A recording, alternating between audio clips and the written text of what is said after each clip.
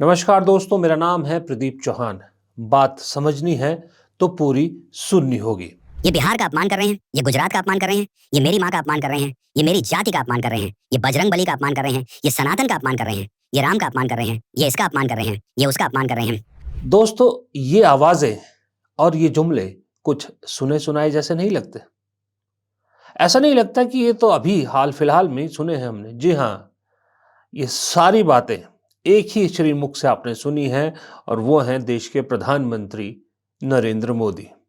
और जिस शख्स को लेकर ये बातें उन्होंने कही हैं, उस शख्स का नाम है राहुल गांधी। लेकिन इसमें एक फर्क है। फर्क यह है कि ये सारी बातें 11 साल में नहीं कही। ये सारे जुमले आपको पिछले सवा साल में सुनाई दिए होंगे, जून 2024 के बाद सुनाई दिए होंगे। उससे पहले इसका उल्टा होता था। उससे पहले होता यह था कि मोदी जी जो बोलते थे, कांग्रेस बाद में उस लकीर को पीटती थी। लेकिन पिछले सवा साल में मामला पूरा उल्टा हो गया है। राहुल गांधी जो बोलते हैं, उसके पीछे पीछे प्रधानमंत्री उसे अपने हिसाब से अपने जुमले में दोहराते हैं। यानी राहुल आगे आगे, मोदी पीछे पीछे। ये कहानी पूरे सवा साल की, और यही कहानी फिलहाल बिहार में फिर देखने को मिल रही है। और सबसे बड़ा सवाल आज की डेट में यह है कि कल राहुल गांधी ने मोदी जी को कहा वोट के लिए नाचेंगे, छठी मैया को लेकर जो स्नान का किया था सारा दिल्ली में इंतजाम, उसको ड्रामा कहा। तब आज आपने उसका जवाब दिया। आज राहुल गांधी ने आपको चैलेंज किया है कि दम है तो ट्रंप को बिहार की धरती से झूठा कह के बताइए, क्या ये चैलेंज मोदी जी स्वीकारेंगे या कल फिर कोई नया जुमला तैयार किया जाएगा, कुछ नई चीज कहा जाएगी, मुझे डरपोक कहा, कुछ इस तरह का एक और लाइन आएगी। उम्मीद तो यह है किसी तरह की लाइन आएगी, जबकि होना यह चाहिए कि प्रधानमंत्री को इस सवाल का जवाब सही में जनता के बीच खड़े होकर देना चाहिए। क्योंकि राहुल गांधी तो ये भी कह रहे हैं कि प्रधानमंत्री डर के मारे अमेरिका नहीं जा रहे या दूसरी जगह नहीं जा रहे जहां पर बुलाया जा रहा है, इनविटेशन है, क्योंकि ट्रंप से मुलाकात ना हो जाए कहीं, इस डर से मोदी जी नहीं जा रहे। ये राहुल गांधी मंच से अपने भाषणों में कह रहे हैं। प्रधानमंत्री हैं, आपके पास तो पूरा सिस्टम है, आप जवाब दीजिए और आपकी बात पे इस देश को विश्वास करना पड़ेगा क्योंकि आप प्रधानमंत्री हैं। लेकिन जब आप चुप रहते हैं, जब कोई जवाब नहीं देता है, जब आप पे एलिगेशन लगते हैं और आप चुप रहते हैं, तो ज्यादातर वक्त में चुप्पी को वो कहते हैं, क्या कहते हैं, स्वीकार्यता माना जाता है। तो फिर राहुल गांधी अगर आपको डरपोक कह रहे हैं, उसका जवाब नहीं देंगे, तो फिर पब्लिक तो वही समझेगी ना जो राहुल गांधी समझाना चाहते हैं। आज राहुल गांधी भी थे बिहार में, जैसे मैंने कहा। बिहार में आज राहुल गांधी ने नाचने वाला शब्द इस्तेमाल नहीं किया। हाँ, वो जो दिल्ली में छठे मैया के स्नान के लिए मोदी जी के लिए जो इंतजामात किए थे, उसका जिक्र उन्होंने जरूर किया, क्योंकि वो जानते थे कि आज मुझे कुछ नया कहना है, क्योंकि मोदी जी अब कल फिर उसको फॉलो करेंगे। तो आज राहुल गांधी ने मोदी जी को डरपोक कह दिया। जी हां, राहुल गांधी ने डरपोक प्रधानमंत्री कहा, और ना सिर्फ डरपोक कहा, अपनी दादी इंदिरा गांधी का उदाहरण देते हुए मोदी जी को चैलेंज भी कर दिया कि अगर आप में दम है, मेरी दादी की तरह बहादुरी दिखाइए और ट्रंप को बिहार की इस धरती पर झूठा कहने की हिम्मत दिखाइए। 1971 के युद्ध में आप याद रखिए, जो यहां पे बुजुर्ग लोग हैं, 1971 में बांग्लादेश लड़ाई में अमेरिका ने अपना एयरक्राफ्ट कैरियर भेजा। 7th फ्लीट थी उनकी, उन्होंने अपनी नेवी भेजी हिंदुस्तान को धमकाने के लिए, डराने के लिए। इंदिरा गांधी जी प्रधानमंत्री थी, उन्होंने कहा आपकी नेवी से हम नहीं डरते, आपको जो करना है करो, हमें जो करना है हम करेंगे। ऐसे प्रधानमंत्री होते हैं। वो महिला थी, इंदिरा गांधी जी महिला थी, मगर इस मर्द से ज्यादा दम उस महिला में थी। नरेंद्र मोदी जी डरपोक हैं, मैं आपको बता रहा हूं। ना उनका विजन है, ना वो अमेरिका के राष्ट्रपति के सामने खड़े हो सकते हैं, ये सच्चाई है। और मैं चैलेंज देता हूं कि नरेंद्र मोदी में अगर दम है तो बिहार में मीटिंग कर रहे हैं, किसी भी मीटिंग में कह दें कि अमेरिका का राष्ट्रपति झूठ बोल रहा है, मैं इसके सामने नहीं झुका, मैंने ऑपरेशन सिंदूर नहीं रुकवाया। मैं चैलेंज करता हूं कि नरेंद्र मोदी जी बिहार के युवाओं को ये कह दे, नहीं कर सकते। अब राहुल गांधी के इस बयान का क्या असर होगा? अब इसका असर यह होगा कि कल अब जो है वो प्रधानमंत्री इस पे जवाब देते फिरेंगे। मतलब कि राहुल गांधी नैरेटिव सेट करते हैं, प्रधानमंत्री उसको फॉलो करते हैं। बिहार की बात नहीं हो रही इस सब में, प्रधानमंत्री बिहार की बात नहीं कर रहे, देश की बात नहीं कर रहे, सिर्फ और सिर्फ उनका पूरा focus Congress RJD, Congress RJD इसी पे रह गया है। पूरा भाषण उसी में लिपट जाता है उनका पूरा खबर। ना सिर्फ उनका, ऐसा लग रहा है कि पूरे बीजेपी का ही सेंटर जो ऑफ अट्रैक्शन या सेंटर ऑफ जो स्पीच है वो राहुल गांधी या कांग्रेस है। इसीलिए मैंने कहा था, इसीलिए बीजेपी वाले बार बार पूछ रहे थे कि राहुल गांधी कहाँ है, राहुल गांधी कहाँ है, राहुल गांधी आ क्यों नहीं रहे, डर गए क्या? डर राहुल गांधी के नहीं गए थे, डर दरअसल ये गए थे कि उन्हें मालूम था। लेकिन आप 2024 जून से पहले का देखिए, तब क्या होता था? तब ये होता था, मोदी जी एक बात कह देते थे, कांग्रेस उसको पकड़ती थी, कांग्रेस उसके पीछे फिर लकीर पीटती रह जाती थी, कांग्रेस उसको जस्टिफाई करती थी कि ऐसा नहीं है, ऐसा है, मोदी जी ने झूठ बोला, ये बोला। आज की डेट में मामला बिल्कुल उल्टा हो गया। राहुल गांधी बात कहते हैं और बीजेपी उसको झूठा करार देने की कोशिश में लगी रहती है या उसको उधेड़ने की कोशिश करती है। इसीलिए नाच वाले शब्द को लेकर इतनी दिक्कत हुई कि उसे छठी मैया के अपमान के साथ जोड़ दिया। इसलिए मैंने शुरू में आपको बयान दिखाई कि ये सारे बयान रिपीटेटेड है, कहीं कुछ नहीं जुड़ा।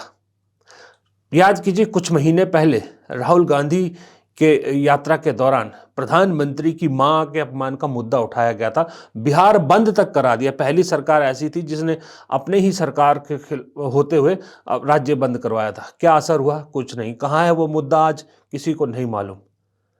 अब ये नाचने वाले मुद्दा उठा तो दिया, लेकिन वो भूल गए जिन्होंने मुद्दा उठाया कि प्रधानमंत्री ने तो मुजरा शब्द का इस्तेमाल किया था। अब आप खुद भाषा तय कीजिए कि किसकी भाषा ज्यादा असंसदीय थी, मुजरा वाले बयान ज्यादा असंसदीय था या ये कहना कि प्रधानमंत्री वोट के लिए नाच भी सकते, ये ज्यादा असंसदीय है। लेकिन सवाल ये है कि भाषा, चलिए जिसकी जो भी थी अलग बात है। 11 साल आप प्रधानमंत्री हैं देश में, 20 साल से आपकी राज्य में सरकार है, डबल इंजन की सरकार 11 साल से चल रही है। उसके बावजूद आपको वोट किस बात में मांगने पड़ रहे हैं? वोट मांग रहे हैं आप अपमान पर। वोट किस बात में मांग रहे हैं?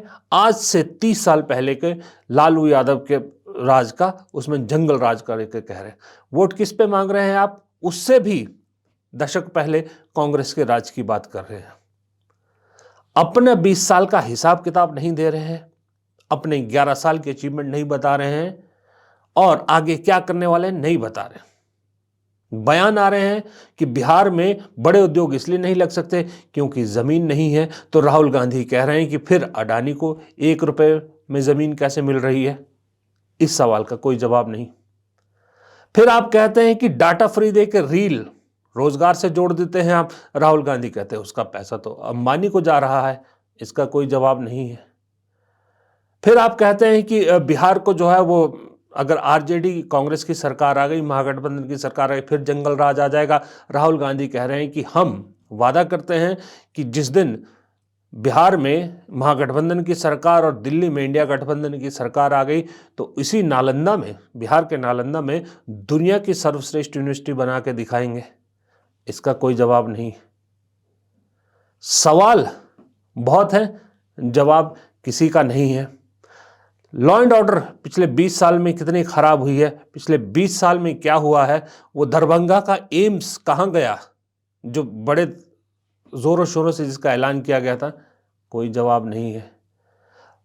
तेजस्वी यादव ये कहते हैं कि मैं हर घर को एक नौकरी दूंगा, तो उसे जुमला कहकर उसका मजाक उड़ाया जाता है, लेकिन उसके एवज में, उसके जवाब में आप कितनी नौकरियों का वादा करते हैं वो नहीं कह पाते आप। उसका कोई जिक्र नहीं होता आपके पास, क्योंकि शायद कुछ है नहीं, आइडिया नहीं है, कुछ प्लान नहीं है कि कैसे करना है, क्या करना है। बिहार में चुनाव है तो गुजरात के अफसरों की ड्यूटी लगाई जाती है। क्यों लगाई जाती है? जब राहुल गांधी लगातार अपने भाषण में, तेजस्वी यादव लगातार अपने भाषण में, कांग्रेस के बाकी नेता, महागठबंधन के सारे नेता अपने भाषण के आखिर में लोगों को लगातार जागरूक कर रहे हैं कि आपके वोट की चोरी हो सकती है, क्योंकि ये लास्ट हथियार होता है सत्ताधारी पार्टी के पास। अब जब कुछ नहीं बचता तो वोट चोरी की जाती। लोगों को जागरूक किया जा रहा, सतर्क किया जा रहा है। उसके एवज में आप क्या कर रहे हैं? आप महिलाओं को 10-10 हज़ार दे रहे हैं।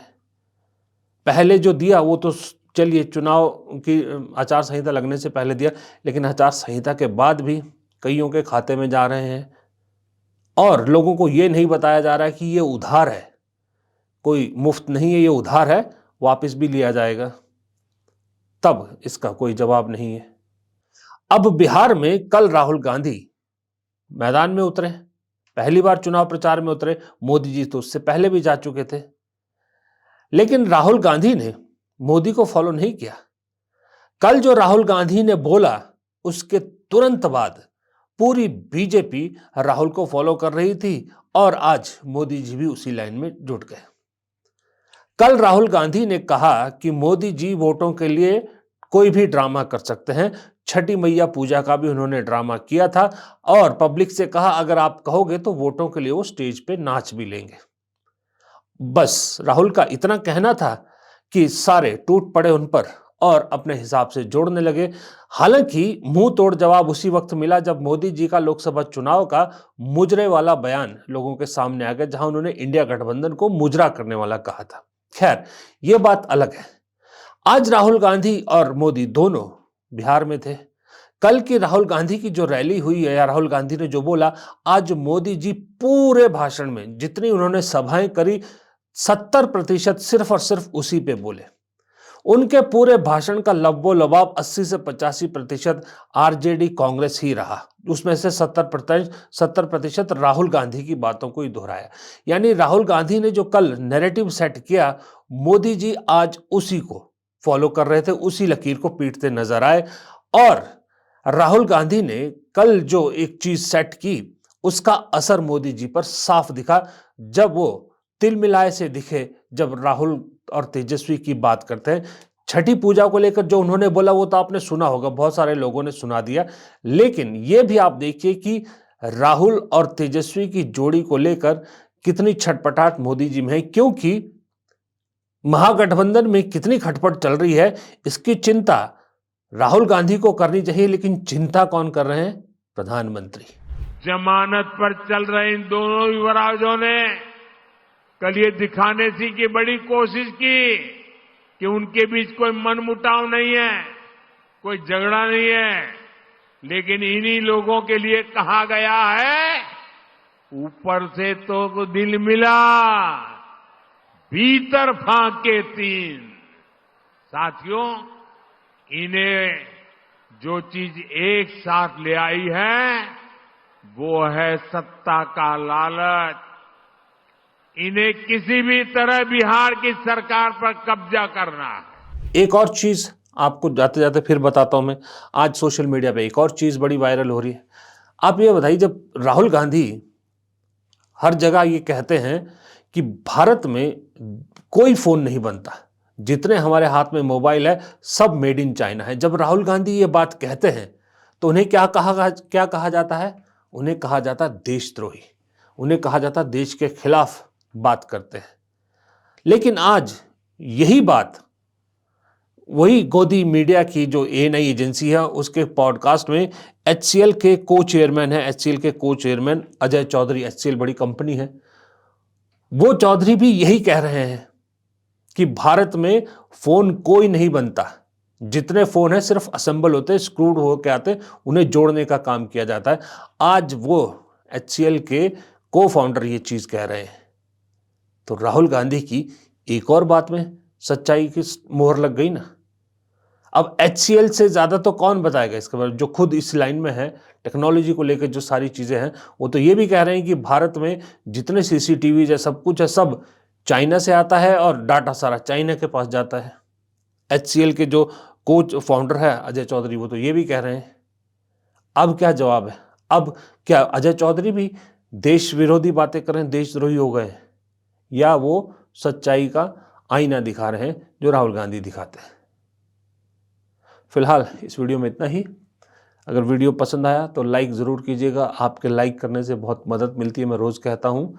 दोस्तों के साथ शेयर करना चाहे वो आपकी मर्जी है, उसके लिए मैं फोर्स नहीं करूँगा आपको। लेकिन हाँ, चैनल को सब्सक्राइब नहीं किया है तो चैनल को सब्सक्राइब ज़रूर कीजिएगा, ये मेरी हाथ जोड़ के गुजारिश है। और कमेंट बॉक्स में आपकी राय जानना मेरे लिए बेहद ज़रूरी है। नमस्कार।